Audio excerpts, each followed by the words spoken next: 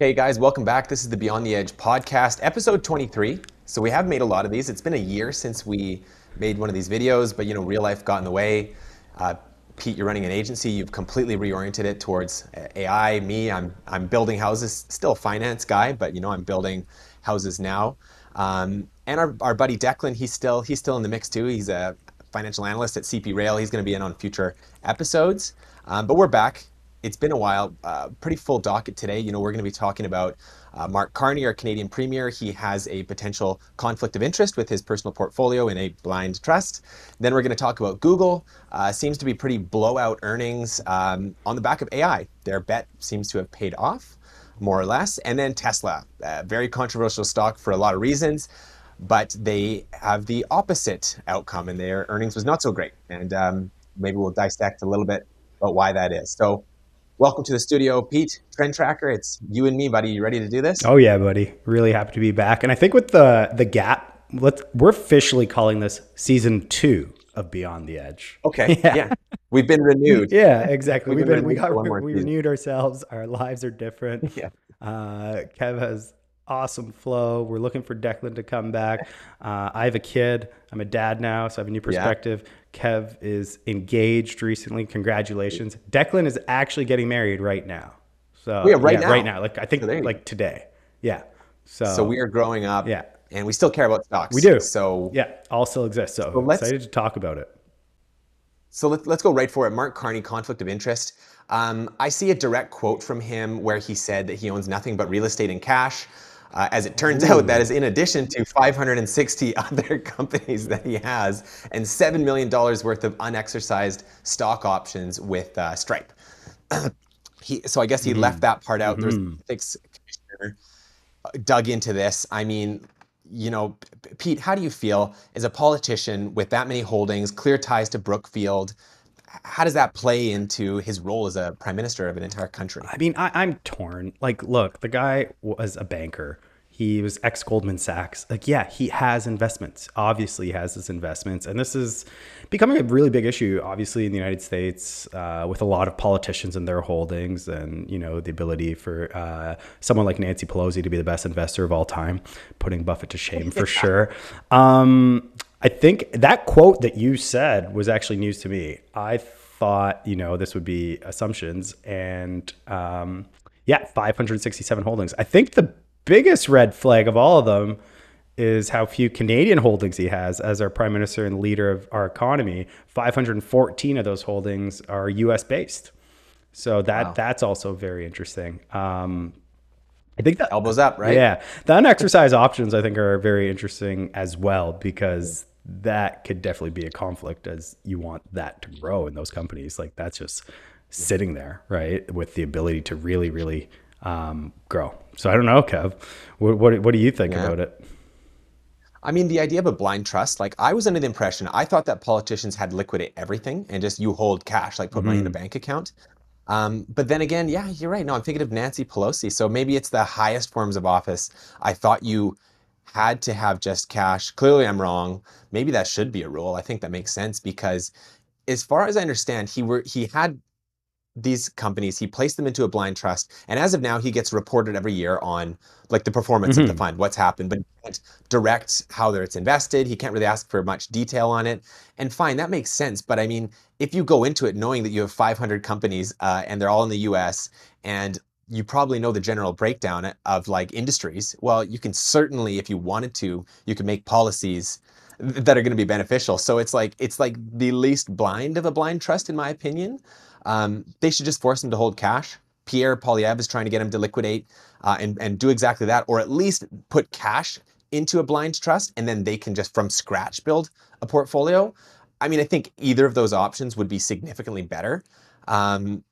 But I don't know. It's not something I've ever really thought about before. I mean, the Brookfield infrastructure, that's clearly going to be an issue when you're looking to raise a huge amount of debt and do a massive infrastructure push, and you are a former chairman of one of the world's largest infrastructure companies, and you're still tied to them. That's the most obvious conflict I can think of. But I mean, any giant red flags that are popping out to you right away? I think the one you mentioned, right? And I think you actually said it really well, that you could be in a blind blind trust as much as we all, for those who are just listening, we did the quote hands there, blind trust. But like you said, you would have to be ignorant to not know what sectors you're holding. And there's definitely a significant amount, I think, of EV here, which has been, part of a more, not to get too political, but tends to lean a little left and liberal across Canada, the United States, that they've been very EV focused. We'll talk about Tesla later. But yeah, it's like if you could create policies, which they are,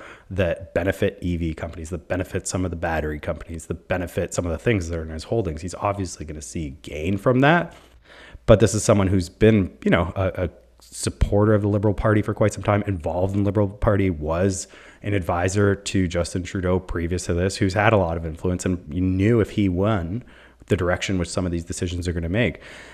I also just think there's a huge flaw in how little we pay these guys that has these, abilities, right? Like, it's like, I think the US president's about $400,000 a year to run a $30 trillion economy like that. Yeah. I think we really need to rethink what we're expecting of these politicians that are, let's say, if we're looking at the Canadian banks, 5 big bank CEOs, why is their comp level not the same? Yeah, Dude, fair point. You're running a much larger entity. yeah, that has a lot more people at stake in it. And I like the idea of where we came from, that you're truly, a public servant and you should be doing it to serve the public, and that will attract people. But the most talented people often do tend to go for high paying jobs. And I think it would really, clear things up. And I just don't know why that's never really been tabled at some of these higher levels. I don't know. What do you think about that? Should we be paying politicians more?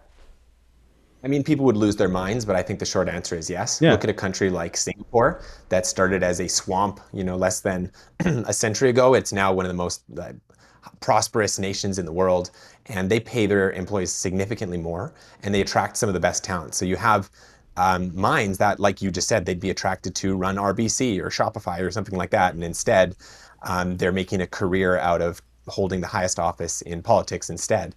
And I mean, generally speaking, it seems like when you're running a budget in billions and billions and billions and billions and billions of dollars, well, paying the chief executive a good market rate isn't going to budge, the budget number. So it shouldn't be this big sacrifice, but it's a political hot potato. And I just think the first person to suggest that is going to get crucified. And that's probably the biggest reason why it has never happened and probably never will happen. But Yeah. I'd like to see them get paid more. I guess it could be a slippery slope, right? At what level do all these people get increases? But at the end of the day, it's let's say you pay them 10 million, right? To run Canada, a little over $2 trillion economy. I think we probably will be done printing that much money by the end of this conversation. So like it's a rounding error to have someone who's really incentivized and have people who really work. There's got to be a reason why it's not happening, but it just does lead to more conflicts of interest. I mean, and we have seen it, and the other parties love throwing the other parties. Like, this isn't the only conflict of interest we saw. We saw Trudeau, how many ethics violations did he have in his kind of 10 years, right? We have the Bidens with Ukraine. We have whatever, Mr. Trump's doing right now. But there's just like, there are these things out there that might be resolved by just paying some people more money. I don't know. Yeah. Yeah. Well, I mean, what I wonder is, I follow somebody, Mario for the North. He's like a conservative influencer, I guess, if you will. And he made a big investment into Brookfield. He's a very anti-liberal guy, but he made a big investment into Brookfield because he just trusts Carney to be biased towards that company doing well. It's kind of a funny way to think of it, but it's fair. I mean, if you're a retail investor, are you leaning into sectors you think the prime minister has skin in the game? What do you think? How do you play that? Is that some kind of political risk that's just you should avoid? No, I would match it. Yeah. I think there's a few good Twitter accounts that actually do peg against some of these moves. I think you saw it, like really big ones was some of the politicians in the States that maybe caught wind of the domestic manufacturing for the semiconductor chips and pre-NVIDIA blowing up, that they knew that was going to be out there. Now, if you were listening, that was out there, that they wanted to increase, the domestic manufacturing, and they didn't want to rely on potentially what's going on in China and Taiwan. But there were some, politicians that did very well on that. And there were some Twitter accounts that maybe we'll link them in the caption after we find them, that do peg to these things. I'm sure you've seen a few of them, Kev. Oh yeah. Yeah. So what do you think? Do you peg to politicians for retail investors? Is this something that should be part of your research, or do you avoid it? Yeah. I mean, oh God, the fact that it exists, it shouldn't exist. Yeah. This shouldn't be a strategy. Nancy Pelosi shouldn't be the best trader in the world. That's insane that that's allowed to happen. Yeah. So, I mean, I would rather not, jump on the bandwagon of what's something like very corrupt. Um, for the time being, do you? Maybe. I mean, more than anything, maybe I would be more likely to follow the trend of like, if Canada is going to go under a giant, okay, we're going to spend a lot of money on infrastructure. So companies like Brookfield are Hmm. very interesting. There's, Bill C5 that's going to fast track certain resource projects. So maybe get more of a allocation to Alberta oil, potentially pipelines, LNG, if there is any. That's a harder one to invest in, but there are ways. Maybe you play it that way, just kind of going with the flow of what you expect to happen in the country. But I mean, I also don't like getting too cute about my market timing and how I do it. Like, but I would be more inclined to play it that way than specifically trying to mimic, some of these 560 companies that Carney owns. But I don't know. Holy smokes. Yeah, yeah. No, so some really good points there. It's obviously, I don't think we would ever do a one-to-one. I think even some of these guys, to not be obvious, I probably have to show an L every once in a while, right? Just to show that yeah, Yeah. It's like, that's oh, look, easy I for them. lost two. Oops, whoops, was really I wrong lost about, 25 bucks. yeah, yeah. And I lost that in the House of Commons for sure. Oh Yeah. man. Well, speaking of stock picking, here's one where I've got to be humble because I actually don't think I would have gotten this right if we talked about it a year ago. And actually, we did talk about Google a little bit, or I Hmm. guess I should say Alphabet. Their Q2 earnings did extremely well. I don't think I saw that coming, to be totally honest. Like the investments that all of these big companies, the Mag 7, were putting into AI, like data sensors, was just such a gigantic amount that it was tough to see how they're going to get, not only the revenue back to cover the investment, but then to actually make profit off of it. But I mean, I'm pretty sure I couldn't have been more wrong. It's coming back with a vengeance. And Google specifically, we were talking about how they were kind of a little bit late to the game. And then when they did show up, their Gemini model 1.0 was a bit of a joke where I think what Hmm. George Washington was a black guy. You know what I mean? Like they just fell on their face. And then everything seemed to turn around. I'm using Gemini right now. It's pretty fantastic for a lot of tasks, especially deep research. But then they integrated the AI search interface right into Google search. So they kind of managed to stem the bleeding into, ChatGPT and other things like that. And now their data centers seem to be doing like really well. So, kudos to Google. You really like surprised me on that.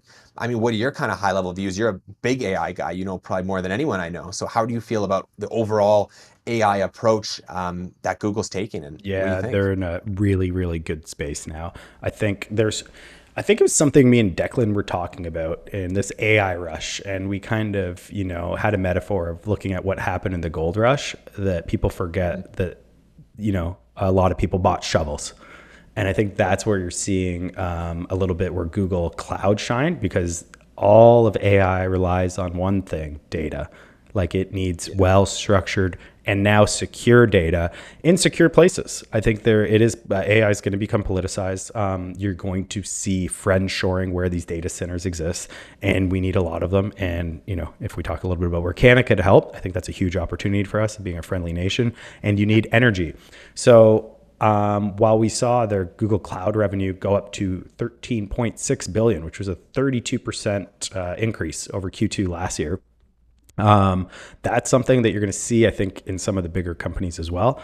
I think you will see that likely with Microsoft, with Azure, and you'll likely see that with Amazon and AWS, where AWS has always been one of its kind of most profitable things. I think overall in AI, I think the writing's on the wall here that Google and Microsoft are going to win this thing. OpenAI is interesting in a sense, But like you said, a lot of people are leaving ChatGPT for Gemini or Copilot. Open AI is, I think, in a way that we use it a lot for our clients because it has a really great API, and we can create, interesting models with it. But I think when you're thinking of these bigger companies, and how you want to access your data, you're likely already on Google, you're likely already on Microsoft, and you're likely already using OneDrive, Azure, or Google Cloud Console. So it's already set up for you. So I think they were just working out the kinks. Now, that being said, the other thing that really rebounded for Google was ads. At the end of the day, it's an ad company. That's where the majority of its revenue is. And I've seen it as well. Like we are Google Media buyers for our clients. They have really refined their ads. They've launched a few new products. They've launched AI search now. There's going to be even better advertising because of how people search with AI. And they've just added more space. It's harder to get organically in the space. So they're selling more inventory. Right. Um, And Google, like I mentioned, I was using ChatGPT religiously. I've switched. There's pros and cons. I could see a reason to pay for Gemini and pay for Mm-hmm. ChatGPT. Like the image analysis on ChatGPT is amazing. I use it like crazy. But just like you said, and you're deep in, OneDrive, for example, that's where literally all of my documents live. The Gemini features for searching through those documents, you can query your entire That's drive. right. Like it's crazy how it integrates. But then it doesn't have this image analysis that I became so used to with ChatGPT. So for now, there's a world where you could own both. But Google's spending, they just increased the budget for CapEx. They're up to $85 billion is what they're going to spend this year on building it out. So it's just like an unreal Yeah. amount of investment in the space. And the fact that it's already paying off is like surprising to me. It's just such a big number.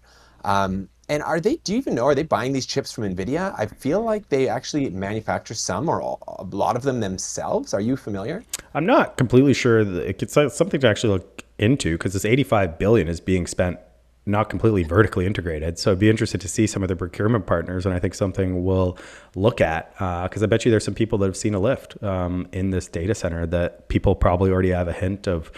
Maybe if there's some preferred partners that they'll be going to, and I think that's something good for us to look into because it's being spent somewhere for sure. And speaking of ChatGPT, Google, I noticed that ChatGPT or OpenAI, you could say, is now a client of Google Cloud. And that isn't that interesting because I thought that, a big reason Microsoft invested so heavily in them is that there was going to be this, obvious and forever partnership with Microsoft's own Azure product. But now to see OpenAI as a client of Google, that's it. It's just interesting seeing it play out a little differently. I don't know if it's because Google has better technology in certain cases, better customer service, gave them a better pricing, all of the above. I actually don't know, but that was a very interesting headline that I would like to dig more into. Do you think it could have been when Microsoft tried to kick out Sam and he didn't like it and was going to take everyone with him? I think, That's yeah, that's he's interesting. like, you guys are shareholders. But I do think it is interesting what's been going on with OpenAI, because I think one of the biggest things that was helping Microsoft too was that it was primarily leveraging Bing search. So ChatGPT would leverage Bing, which, Bing has What's been, being yeah. So everyone, there's this other search engine that exists out there, which is a that has Microsoft what, product. 1% market share? It's been growing though. It's been growing quite a bit. And if you actually see, Really? yeah, quite a bit. So the the monopoly's slipping a little bit in search, the way people are searching. What we're seeing with our clients right now is ChatGPT referral traffic is skyrocketing for sure. Oh, that's interesting. Yeah, Like people actually getting the search, looking at the link and then going to that's read right. more Yeah. about the story. And that Okay. new information that's going to ChatGPT, if it's giving you a source link, that is Hmm. coming from Bing search, everyone. So just a little tidbit for you people. Yeah. Oh, Yeah. It's actually leverages that's Bing search. So when you put on search the web, it's using Bing search. So Bing by default is getting a now larger market share, even without people putting it into Bing, or the fact that those searches aren't happening in Google either. But the what Google's going to be able to do on the advertising side is going to be unbelievable. It's going to know what you need before you need it. They're launching AI mode that might be the default search engine. right, going forward, Wow. shopping for you. There's going to be a lot of crazy, crazy things. And then OpenAI, while it's private, I know, is kind of in an interesting space. And I don't know. I think they're going to be start looking at something in the hardware space. I know they did deal with, With with Johnny Ive, yeah. right? So Yeah. could they crack the phone market? Right. That will be interesting. Because what did they I do? mean, that'd be interesting. And Yeah. and what could be even more interesting is because yeah, Johnny Ive, they stole him from Apple. If you guys don't know who that is, he basically is. We created the iPhone, or at least the aesthetic around it. Now, yeah, with OpenAI, he's going to build like an AI phone essentially.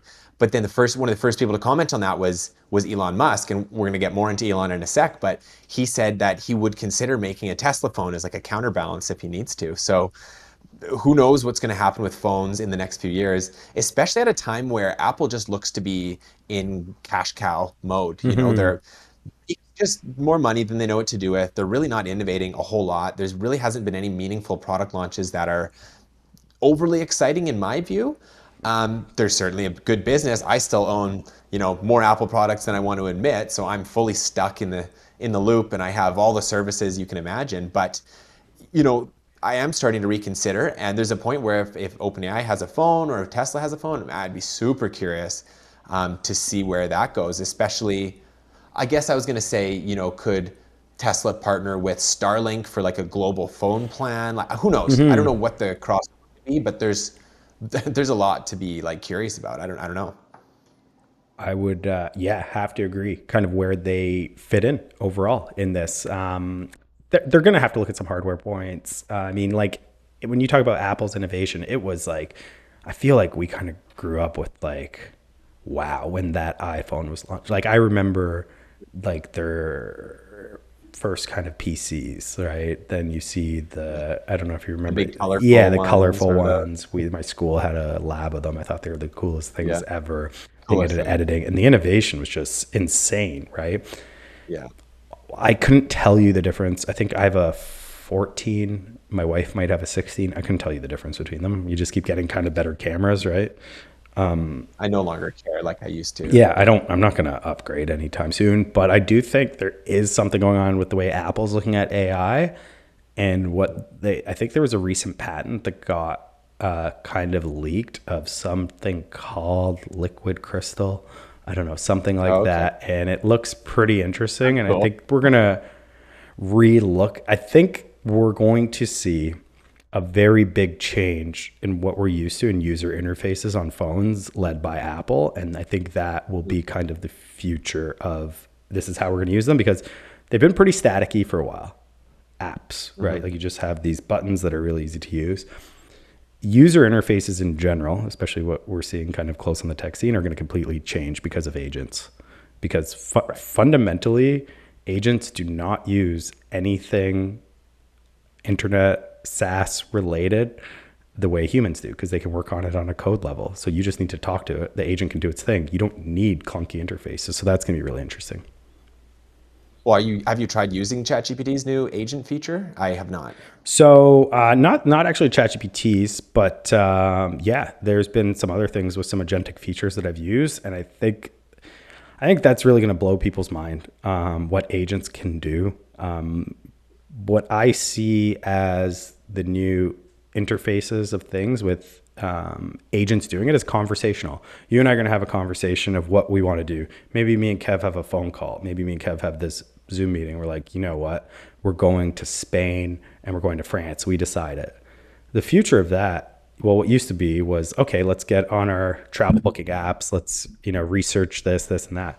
No, the future is your agent was listening to you and it's going to go book the trip that you like because it has all your history. So who will build a better agent? Is it ChatGPT, which knows a little bit about me, or Google that knows everything about me because my Gmail is there? Maybe I have an Android phone. Maybe I have those things, right? So the more access you get, these agents are going to do amazing things. And I think circling back to Google, they are fighting to be the world's largest shopping cart and they want to take that away from Amazon. And there's some conflict going on there right now of Amazon stopping Google agents already. Oh, really? Yeah. Okay. Yeah. Yeah. I think they've blocked them.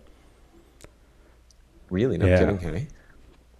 Well, we'll see where all that goes. And I mean, okay, speaking of, competition and AI, and we've talked about electric vehicles, I guess we can all round that together and talk about Tesla now, which, I mean, for the first time in over like a decade, they saw their first revenue drop. I think there's a lot of reasons for that. Hmm. And we can get into that. I mean, one, you look at Trump's big, beautiful bill ending EV mandates. Canada here, we still have EV mandates, but there's a lot of political pressure to get rid of those. Plus the fact that Elon was so aligned with Trump, well, until recently, you'd see these massive like boycotts pushing into category of terrorist attacks, like throwing firebombs at dealerships and crazy stuff like that is insane. YouTube, please don't tether our views for me saying that. But like there's a lot to unpack in that. But I mean, just specifically talking about like electric vehicles, do you see any like what at a face value, what do you see as some of the big reasons for like what's happening to Tesla? Like why is revenue going down? Well, the economy is not in the best place, right? In a lot of different levels. And I think new car purchases has always been an indicator of what's going on in the economy. I don't know how it might be doing against some of the other big manufacturers, at least American made manufacturers, but it's not the cheapest car in the world to buy.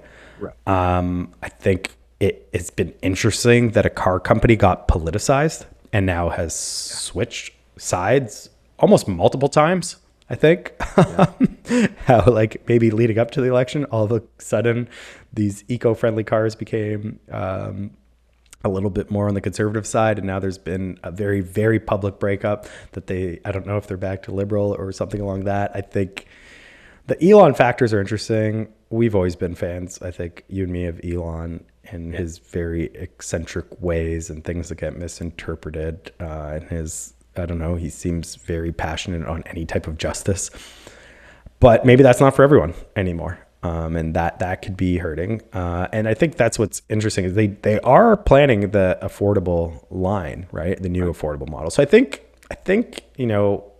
we have a problem with what might be going on in the economy to purchase higher value vehicles. I think EVs, there's a saturated market at a certain point. I don't know. Have you ever considered getting one? Pretty strongly, actually, Yeah. Okay. for a bunch of reasons. Like there was, incentives to do so. Now they've been wound down, if not entirely gotten rid of, actually. Um, Infrastructure is a big thing. I don't want to be stuck on the side of the road somewhere. So do I need a huge battery? I got to make sure the common places I drive between, which is usually, because at Whistler and Vancouver, make sure there's a charger at either end. And I just don't have the infrastructure yet. But I've definitely considered it. I mean, I have a good friend of mine who's had every high-end car you can imagine. Like he does very well for himself. And I asked what his favorite car is, and he said it was the Tesla. He's like, it's the best driving experience. It's safe. It handles really well. Um, you're driving an iPhone, so it's really Yeah. really intelligent systems. Like he's just like it's the best car, and he's had like $1 million cars, and he says the Tesla is his favorite. So, I mean, that's enough of an endorsement for me to take it seriously. There's other reasons why I'm hesitant, but I mean, price is probably one of the biggest ones. I think being here in BC, we've got fairly affordable, clean energy. So, it's not like you have to feel bad about charging your electric car with Hmm. coal power, Yeah. which is the case in a lot of states. So I think like there's a lot of reasons why I may get one. Um, I'm just, I'm not in any rush to do so. And plus, if there's less federal support for it, I think that just makes me less interested. The carbon tax, consumer carbon tax anyways, went away. That kind of made me a little bit less Hmm. enticed. So I mean, have you considered buying one? Yes, because I think they're cool. They're nice cars. I like the features. I like anything that is techy. But the infrastructure thing was the biggest thing for me that, let's say I forget to charge it overnight or I end up driving somewhere and it's like overnight at a hotel on a local road trip or going to the cottage or something like that. Where do you charge it, right? And I think there are these fast charging stations for sure, but just that has always kind of kept me away from it. That I see that as an inconvenience. So I think there's a market of people that didn't think that way, and I don't think it's like a car you really upgrade that much. Like it's funny that when I think of my friends who love leasing cars, and I think we all have buddies that might lease a car every 2 years, and you have your friends who buy cars and whatever. I don't know if I know anyone that's upgraded their Tesla yet. Right. Yeah, Fair enough. yeah. I mean, they're really great on maintenance, right? Like you don't have to change a lot of things on them. They don't break down. They send you a software update. But that infrastructure thing has always been a challenge for me, and I don't think it's ever going to change to the amount they think. And now, granted, if you're in California, for sure a bunch. And also, I have to say, being in Toronto, it's a lot colder in the winter than Vancouver. Right. These things don't perform in wintertime. Like the range really gets crushed if it gets down, to the low negatives. Well, I had a friend come meet me in Whistler last season, and they had enough charge that they should be able to get to Whistler from Vancouver, no problem. They weren't full, but it said they'd be able to make it there. But it didn't factor in the fact that, just like you said, as soon as it gets cold on the way to Whistler, the battery starts to deplete faster. So they got stuck on the side of the road. And if you know what, the term is bricked, because you're a brick, an unmovable brick, and somebody either needs to come hoist you onto a flatbed, or you need to get, I guess, a portable charger. I'm sure that exists. I can't say off the top of my head, but either way, you're stuck out there, and that's Vancouver. Yeah. Not even close to as cold as Toronto and the rest of Canada. So why they're trying to force, all Canadians to own electric cars when they're not exactly the best performing in cold weather, and guess what? Canada's cold. Yeah. I can't really wrap my head around it. I've never bought any of those sayings where California was going to be, what was the first one? Was it 2025 or 2030, where everyone was going to be EV? Oh, all electric All or whatever. electric. Yeah, whatever. The supply chain just doesn't exist for that. Good luck going to go get enough of this stuff out of the ground, right? Like good luck Yeah, getting enough enough critical minerals. lithium, Where cobalt, do you even get those? We nickel, can't build a copper. mine. It takes 15 years to get approved. Well, and maybe now people are tariffing all of them. So that's really going to stop. Yeah. So I think that's interesting. Now, I think that's what we're saying kind of about a consumer perspective, going back to the finance perspective, right? Tesla's been interesting in a sense of how much higher it's always been valued by some of the other car companies based on future promise, right? And some of these things, like we said, like these big political things.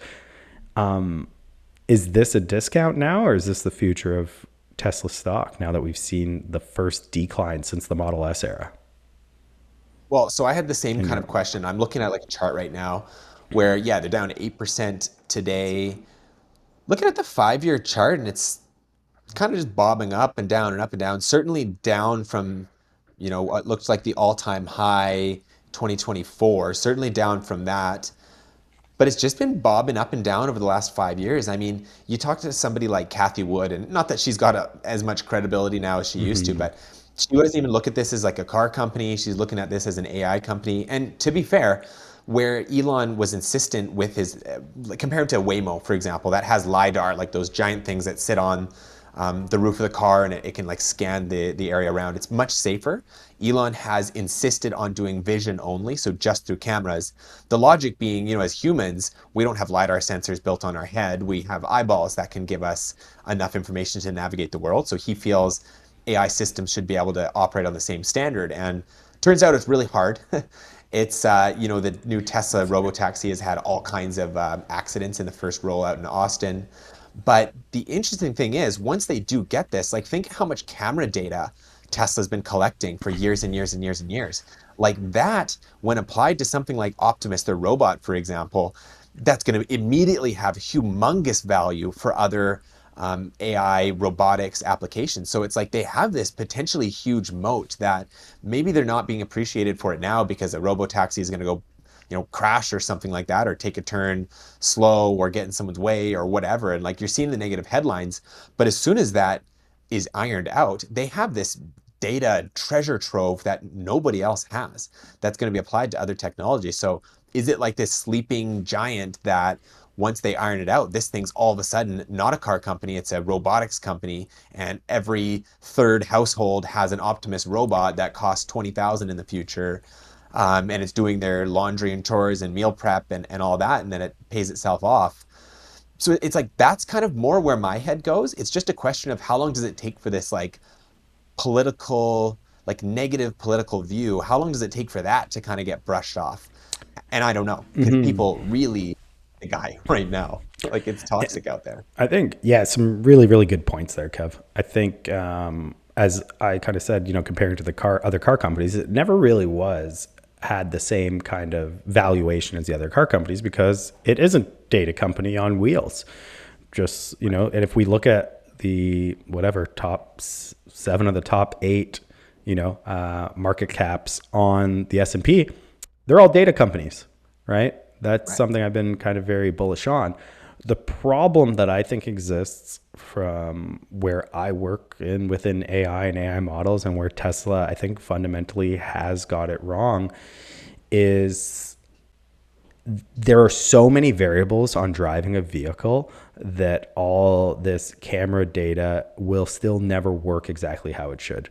There will always be a new variable. The problem is when you're using machine learning, like I think they're using to evolve, their driverless vehicles. It doesn't know it's a deer until it knows it's a deer. So it had to hit a deer for someone. Now, granted, I'm sure with some of these advantages, they can upload things to their knowledge base and say, this is what a deer looks like. Don't hit a deer. But you're really reacting. If it sees something new that should make you stop or not turn left or not accelerate, right? That its model had never seen before in a different part of the world. Yeah, there's risk there. So I guess that matters how important is self-driving vehicles. Now, I think where they could really win is definitely in the trucking market, right? Yeah. I think it would reduce the cost of trucking greatly if you get off of fossil fuels and you get rid of drivers. So they could really, really dominate there. And I think if you start working on certain highways where there's, lanes dedicated to this, or the fact that there's just like kind of less risk in those areas. Yeah. The problem is there's just going to be headlines against them whenever there is an accident. And it's not like, and we're kind of ignoring that humans have a ton of car accidents. It's one of the most dangerous things we do. We're inherently pretty bad at it. The robotic side is just interesting because like, if you actually think of all the developments we've seen in AI in the past few years in machine learning, robotics is something completely different. And we're inherently like, it's inherently pretty hard to make robots do things. Like there's a reason why assembly lines haven't been like fully gone yet, right? There's a reason why a plumber is still coming to your house. There's a reason why servers still do things. Making robots do things that humans do is very difficult.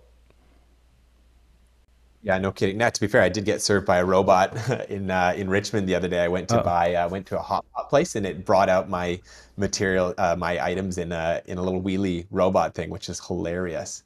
But you're right. Robots still have a long ways to go. But that's kind of what I mean when I say this like sleeping giant aspect, because once they do figure that out, these robots are fairly affordable. They work around the clock, no sick days. It's interesting to see where it's going to go. But one thing I did want to kind of comment on is just this general like attitude of hate towards Elon. I'm having a tough time wrapping my head around this, but one thing we could probably agree on, and I think you already said it, is that he's a weird freaking guy. He's a weird dude. He's very socially awkward. The Nazi salute thing is insane. Like I made some comment on it, and I had people reaching out that are like so passionate about this, and then I went back and I watched the video a few times, and I'm like, it's just like insane. I'm like, it dude, looks what are you doing? it Like looks think so like bad.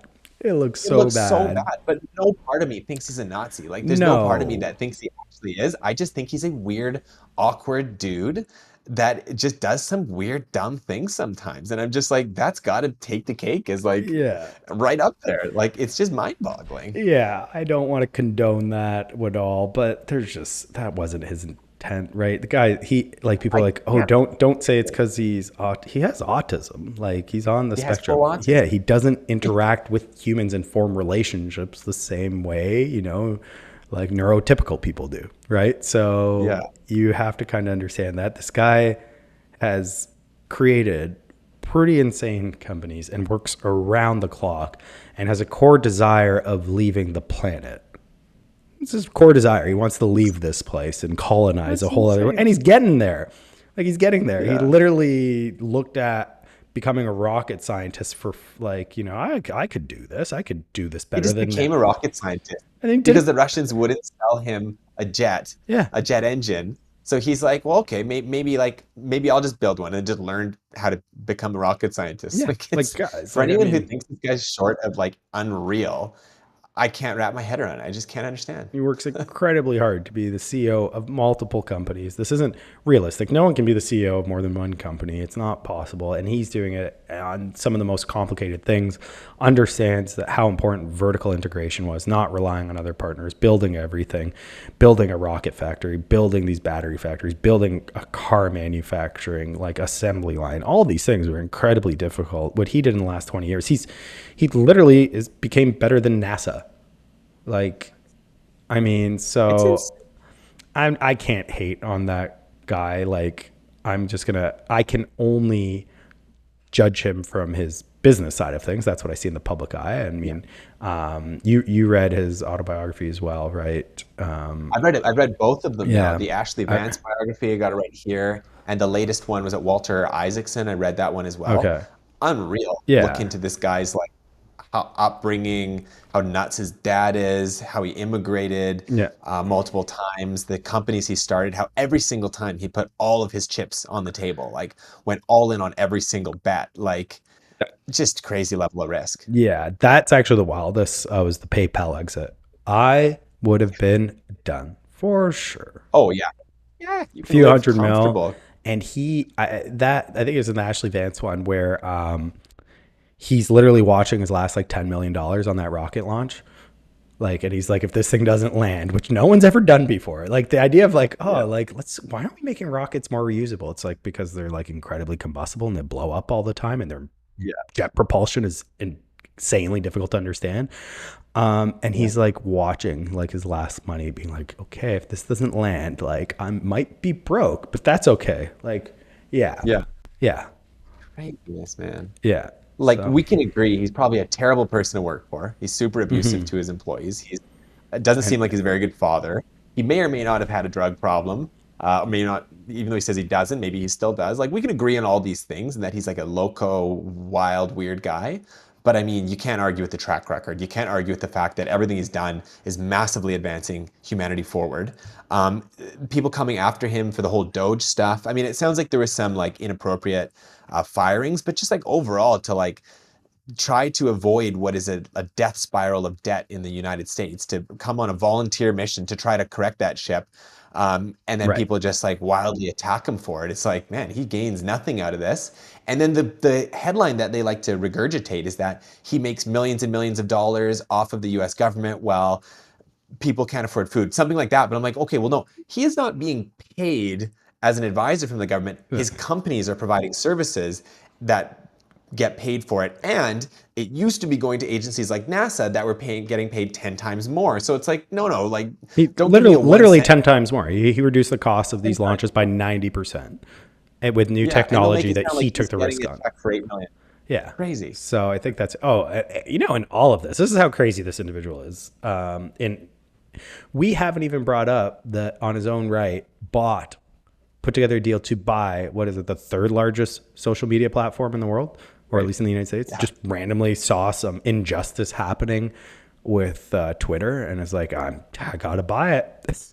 Which also Crazy. then started changing the policies of the other large platforms, which were all leaning Yeah. towards a certain type of censorship. Meta has since come out. Zuckerberg's been on podcasts when he's on Rogan, or even Theo Vaughn talking about, This is yeah, UFC, Zach. yeah, This is yeah, new UFC, Zach. yeah, yeah, yeah, Dana White Zach. yeah. He's great. So, anyways, I know we could talk about our man Elon for a very, very long time, but We you could. know what? I think so. What's the take at Tesla with him at the helm? That it's still a good buy. I It's a I discount. I'd buy it. Yeah. I'd buy it. I think it's at a discount, but the downside is that, you can be right and still lose money because it might not turn around for years. And I don't know. What's the point in time where Optimus starts making money, where Tesla cars are cost competitive with BYD in China, where the political heat has died down? I don't know. That could be a long time. People hold on to negative views for quite a while. So I think 3 to 5 years, though, I feel good. I think Tesla is higher in 3 to 5 years. Maybe we'll be on podcast episode 1463 and we'll come back and quote Boy. this, but I think 3 to 5 years, Tesla's much higher than it is today. Yeah. I love it. I love seeing the evolution of Kev from maybe us met over 5 years ago now. Yeah. In the when you were small cap Kev, I think you're like really Yeah. evolving now. You're becoming large cap, average in Kev. Average. It's Oh God, that sounds boring when you say it like that. But we're hey, Rick, I've evolving. learned my lesson. Yeah, we've caught some L's along the way, but we've had some dubs Yeah, in those smaller caps. So I do think, yeah, we're going to be talking about a lot of different topics this season, for yeah. sure. Season. I love how you say that. This is season two, renewed by ourselves. Maybe Netflix next time. Who knows? Yeah, Who knows? yeah, But fully. okay, I think we exhausted the topics. This was good. We're back. We've gotten rid of some of the rust. Declan will be joining us next time. This is episode 23, guys. If you're watching, if you're still there after a year of silence, thank you. We look forward to coming back and doing episode 24 with our boy Declan. Thank you guys for watching. We appreciate it.